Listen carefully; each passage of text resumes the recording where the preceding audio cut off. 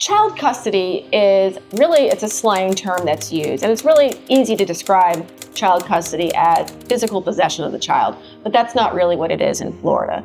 Under this children's issues, that's really the more appropriate term, children's issues. There's really three main areas that we talk about in our firm.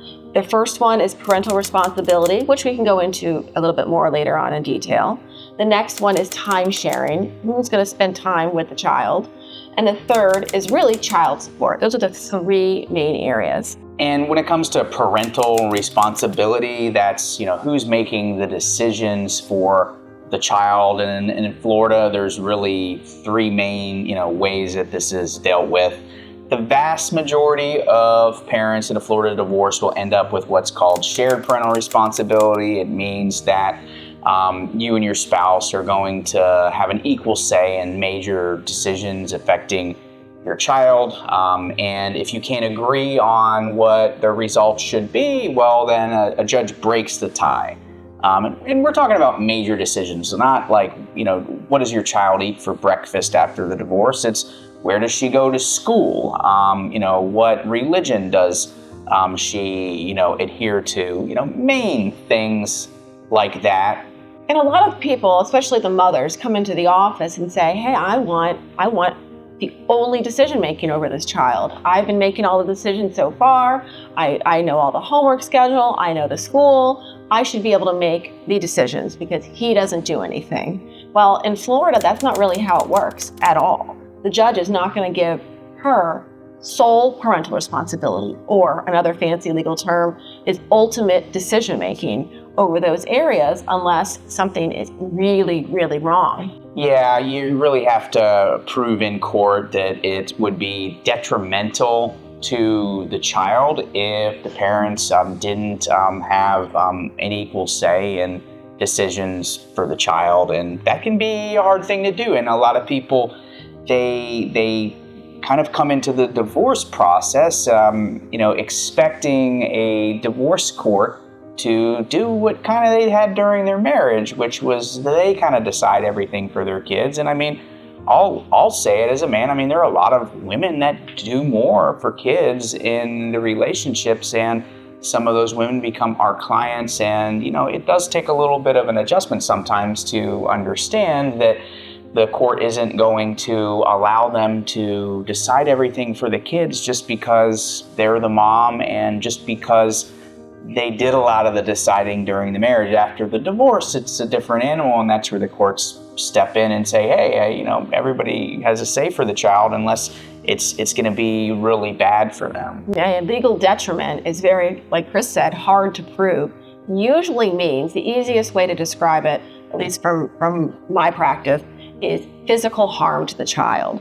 For example, the child falls out of the tree, and dad, instead of dad taking the child to the doctor, he instead does some type of magical spell over the child trying to heal the broken bone. That is physical harm where you're not getting help when you need to. So maybe in that circumstance, the court might allow mom to make emergency medical decisions about the child. Yeah, otherwise though, just practically, and unless, your spouse has a serious drug addiction that affects their ability to make decisions, or a personality disorder to where their deep-seated hate for you is so much so that they just can't make good decisions for the kid because they just want to hurt you through the way that they treat your child. And sometimes in those situations, the parent who's not doing those awful things has more of a say, but those situations are few and far between, and typically not present in most of the households of the people that come to us. Of course, you can always agree if your husband and you are in agreement as to who's going to get sole parental responsibility or ultimate decision-making regarding specific category, for example, the schooling, then the court would normally approve that as long as it finds to be in the child's best interest. A lot of people, when they hear about child custody and how it works, and they hear things like, well, usually both parents have an equal say, or usually the custody schedule is There's laws in Florida that say there's a presumption of that. It's If that doesn't sit right with you, what you really should be doing is talking with an attorney who really knows what they're doing. I'd love to say we fall into that category, but the attorney will find out the unique specifics of your family, how you and your spouse parent your child, any of their child's special needs, and help you understand whether there's maybe a strategy that can make your after divorce parenting plan one of the exceptions, one of the ones to where you might have more of a say than the other parent. There's things like depositions that can be done in a case to prove up in court that the other person isn't the parent that they should be. And for most people, that stuff isn't really necessary. A lot of people agree on issues with children, even people who can't agree on enough things to stay in a marriage. Most of the people who are getting divorced, they can't agree with each other on a lot of things. That's why they're getting divorced. But even those people, a lot of them resolve issues with their children through an agreed upon settlement. They don't end up going to court over matters of child custody most of the time. And that's what we really try to help you try to do through the divorce process with our office. And a lot of it really starts with meeting with an attorney, early on before the divorce starts, so that you can come up with what is the best strategy for you. As a mother, I understand the situation. I understand the uncertainty that you're in, the anxiety that you feel about who's going to make decisions about my child, where's my child going to be, where are they going to lay their head at night, where are they going to go to school, all of those different things. If you are troubled with that, please talk to somebody during a consultation. It's so important for you to get the right answers. The second category under the children's issues umbrella is time sharing. Again, a lot of people refer to this as child custody. The technical term in Florida is time sharing. Basically, where is the child going to be? Where are they going to sleep at night?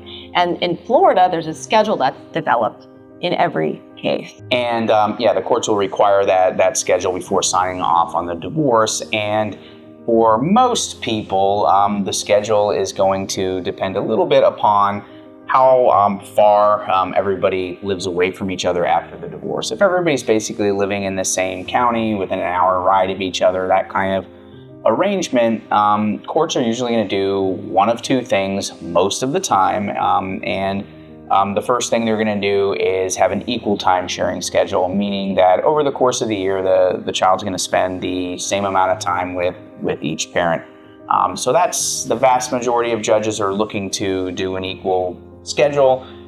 Some of the judges will find, hey, maybe the child should be with one parent just a little bit more than the other, and it results in a kind of more of a 60-40 schedule. But so for people when nobody's raping, robbing, stealing kind of stuff, they're just getting divorced, maybe nothing too acute, then usually it's going to be an equal schedule or about a 60-40 schedule.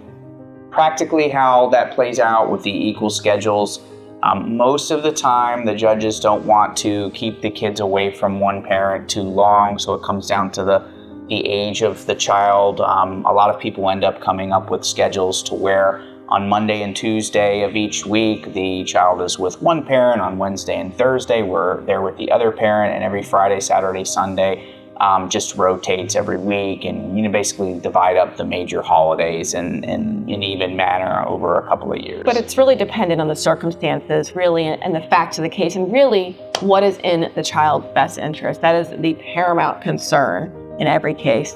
And your situation is very well might not be appropriate for one of these cookie cutter schedules these judges want to hand out. And if that's the case, it's important you meet with a lawyer to really dive into the specifics of your situation. And sometimes the schedules can be different, and you can get a legal strategy designed to prove in court that it should be a different type of schedule.